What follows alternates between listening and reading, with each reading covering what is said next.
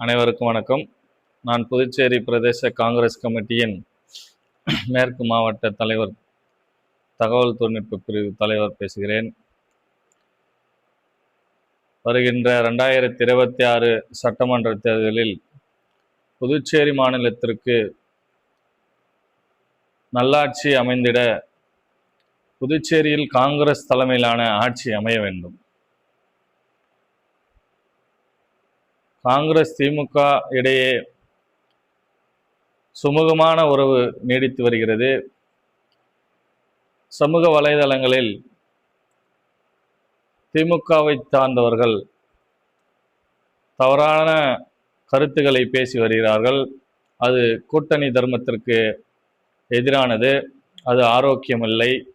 இந்த செயலிலே அவங்க ஈடுபடுவது கண்டனத்துக்குரியது. கட்சி தலைமை எவ்வாறு முடிவு எடுக்கிறதோ அந்த முடிவுக்கு அனைவரும் கட்டுப்பட வேண்டும். அந்த கட்டுப்பாட்டை மீறி திராவிட முன்னேற்றக் கழக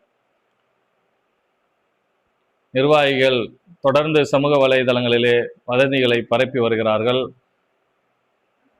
மேலும் காங்கிரஸ் கட்சியை சார்ந்தவர்கள் ஆனால்